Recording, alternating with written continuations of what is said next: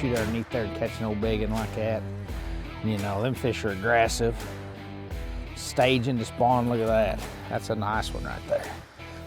And one thing about it, I've noticed you're catching them on this 275 minnow one. You don't have to measure a lot of them. I like that. Nice big old white female. So, I mean, look, it's fatter than a tick. All right, so what I've got here is a 16th ounce dock shooter head, chartreuse one. It's got a little cool keeper here on it. Straight shank black O'Shaughnessy style hook. And this is the black Shardy 2.75 minnow one. And it really skips great because it's got a lot of body to it. And it's got a good profile. You can see the water today's fairly dirty. So what we're gonna do is just thread that on there barely. And then push it up there to your spring. And what you'll do is just start twisting and kind of pushing, and it'll just thread itself on there. And what that does is really helps your bait stay there in place just perfectly whenever you shoot it into that dock. Because a lot of times it has some momentum, hits the water. If you make a good skip and it pulls your bait down, it's all lost. So that way it keeps it up there. We're gonna catch us another one. One thing I think I see a lot of people do wrong is they've got too much line out. So this is a 7-foot Denali dock shooting rod in the Prime series. But when you got that much line out, your distance and your aim and everything's a little off. So what I like to do is wind it up to the first eye or so, something to get you to where whenever you pull it back, now you're in the driver's seat, you know. So then you get down here and just shoot it right back in there and get ready to catch one, you know. That's the fun part, is like, you know that it's getting ready to go into a big old group of fish when you get it in there like that, and here he comes. And there he is. I'm telling you what, it's unbelievable to use Garmin live scope technology and then a Denali dock shooting rod, the dock shooter. It's what? A complete system to catch them just like that right there. And I mean, that's a nice one. Right there, choked it too. Now this is a male. You can tell right here, this is a male. He'll be black when we put him in the live well. He's a white crappie, but he'll be black because he'll get in there with all them other fish.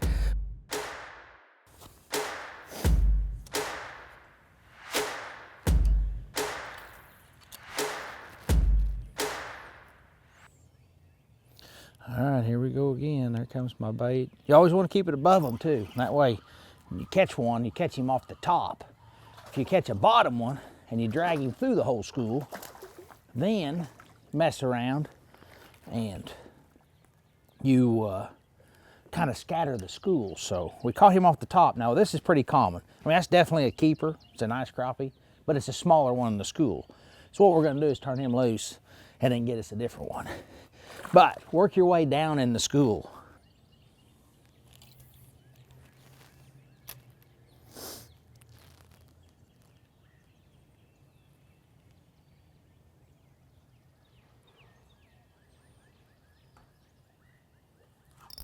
There he is.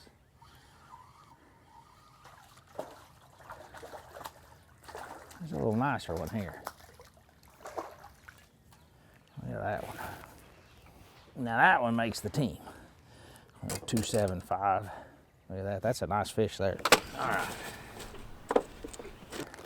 Now this is a cool color. This is candy corn, and it's just got a lot of color in it for the spring when we're in some water like this right here. That's definitely, you know, has visibility about yay much. The orange, orange definitely.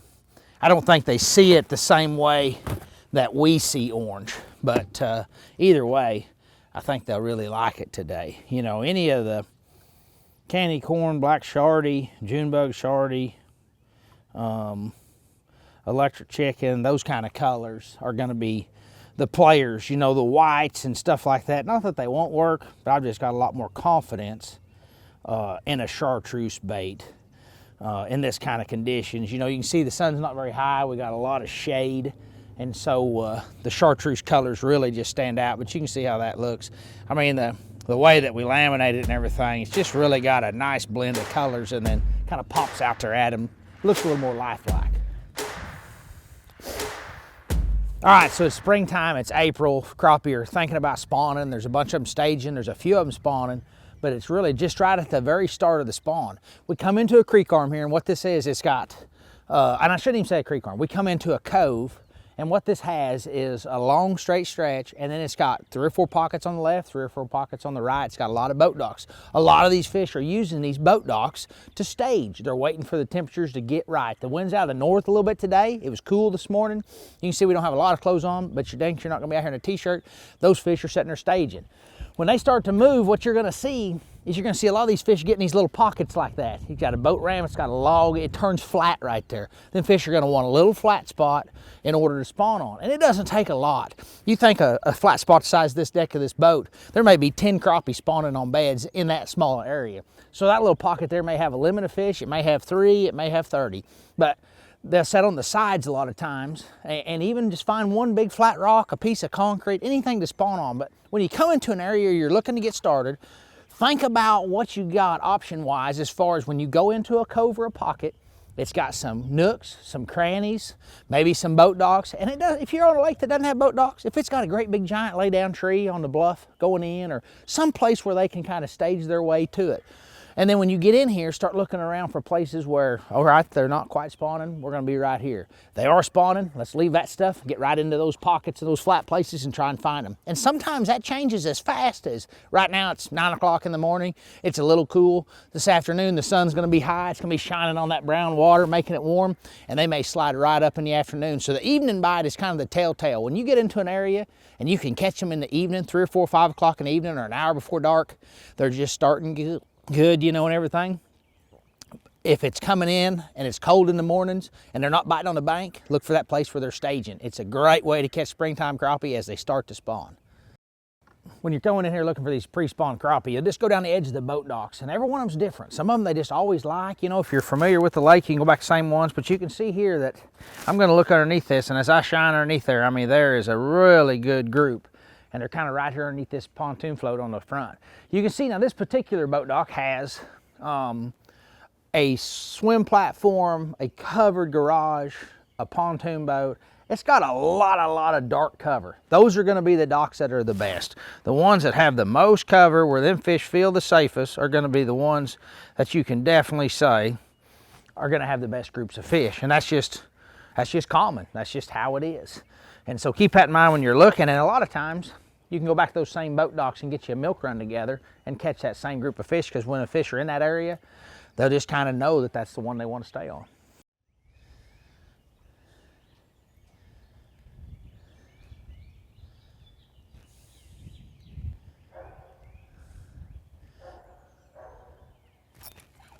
Well, we've got him, but it ain't gonna be pretty to get him out of there.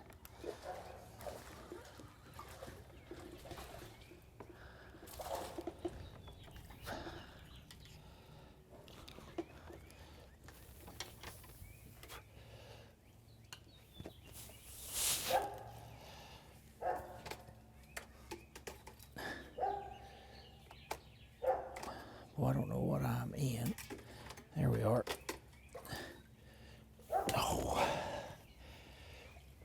Whew. That seemed like a struggle, but it was all planned completely, just to let them know that they couldn't get nowhere. And I'm gonna tell you what, that says a lot for like my setup.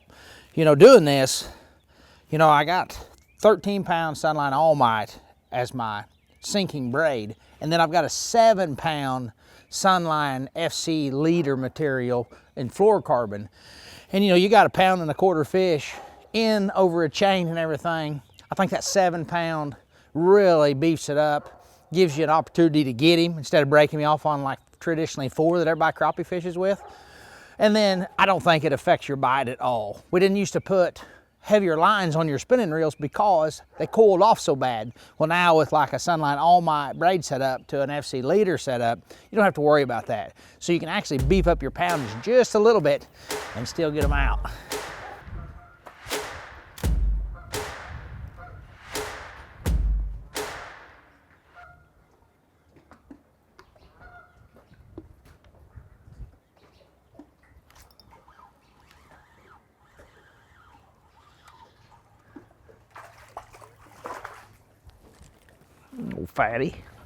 Old fatty right there.